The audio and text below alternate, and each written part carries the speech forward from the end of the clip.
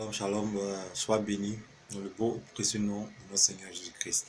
Là maintenant, je veux te parler des actes, de certains actes que les pères et les prophètes peuvent poser dans la vie d'un chrétien pour que sa vie soit un témoignage à la gloire de Dieu le Père. Tout ce qui est dans la Bible doit être recopié par les vrais prophètes et les vrais pères spirituels. Il ne faut pas être trop bourré par, je peux dire, les témoignages sur les faux prophètes et les faux pères spirituels. Cela risque de te bloquer et de bloquer ta vie. Il risque même de t'empêcher de croire que les vrais pères spirituels existent et les vrais prophètes existent.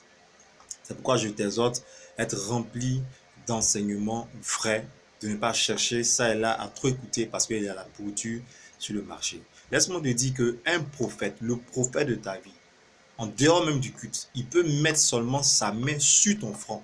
Et tout ce qui ne marchait pas dans ta vie pourra marcher. Il peut soulever ton dossier au ciel. Demain, tu seras embauché. Un père spirituel peut te dire non, attends, ne te marie pas maintenant. Pourquoi? Parce qu'il prie pour toi. Un père spirituel peut te dire demain, ce voyage, il faut qu'il soit annulé. Un père spirituel peut te dire annule ce programme. Un père spirituel peut te recadrer. Il y a beaucoup de personnes qui avaient un mauvais caractère, mais qui ont changé à cause d'un père spirituel. Allez lire le livre de 2 Timothée, le livre de Tite, vous allez voir comment Paul a enseigné Timothée et Tite, et comment il a régné, comment il a maudit Alexandre et Hyménée, qu'il a livré à Satan. Un père spirituel peut, je peux dire, apporter la bénédiction du ciel sur la vie d'une personne sur terre.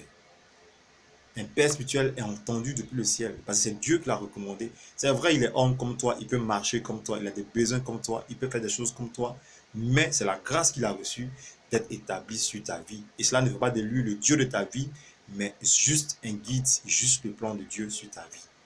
Un père spirituel peut effrayer tous tes ennemis dans le domaine du combat spirituel. Un père spirituel est là pour que ta vie avance. Un prophète est là pour déclarer les choses du ciel sur ta vie et te montrer la lumière de Dieu et les saisons pour ta vie. Donc tu ne peux pas fonctionner comme ça de toi-même. Il te faut une lumière, il te faut un guide. Tu comprends? Donc c'est vraiment important.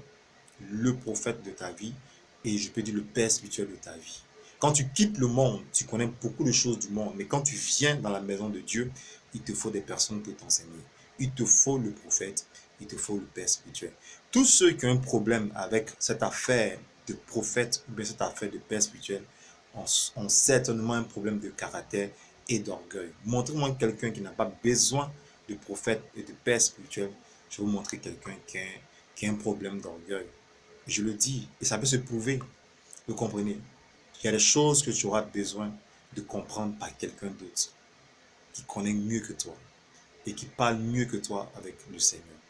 Donc que Dieu nous aide. Et Dieu nous aide à comprendre le plan parfait de Dieu et à accepter le ministère du prophète et du Père spirituel dans notre vie. À la seule gloire de Jésus. Amen. Shalom.